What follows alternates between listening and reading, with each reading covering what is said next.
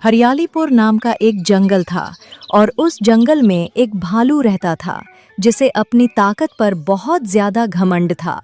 और इसी वजह से जंगल के सभी जानवर उसको भालू दादा कहकर बुलाते थे।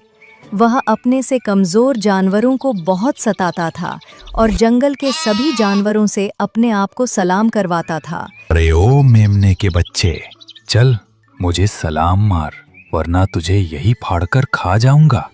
बेचारे मेमने ने डर के कारण भालू को सलाम किया। सलाम भालू दादा। मेमने का सलाम सुनकर भालू दादा बहुत खुश हुआ और आगे की ओर बढ़ गया।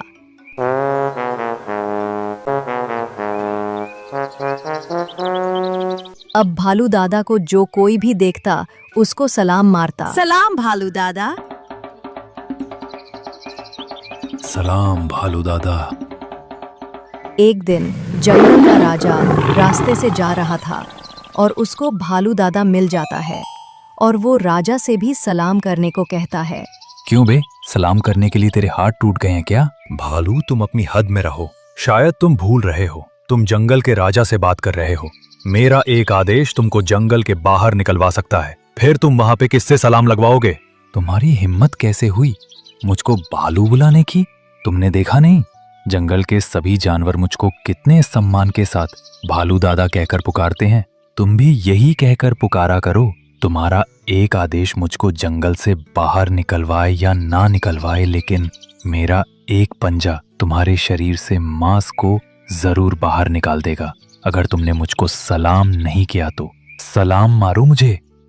भालू का इतना आक्रामक रवैया देखकर शेर सिंह के भी पसीने छूट गए और उसने बड़े आदर के साथ भालू को सलाम मारा। सलाम भालू, जंगल के राजा हो और तुमको सलाम करना भी नहीं आता। सलाम भालू नहीं, बल्कि ये कहो सलाम भालू दादा। हाँ, सलाम भालू दादा।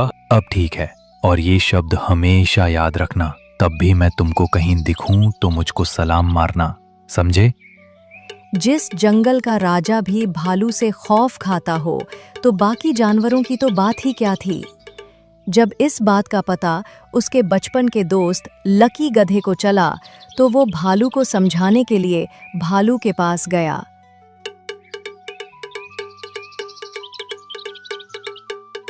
यार भालू, तू जंगल के जानवरों को इतना परेशान क्यों करता है? देख यार, लकी स्कूल की बात कुछ और थी और यहाँ की कुछ और है। तू मुझको भालू मत कहा कर, मुझको भालू दादा कहा कर, समझा? और पूरे जंगल में ना अपनी इज्जत है, यहाँ तक कि जंगल का राजा भी मुझको सलाम करता है, समझा?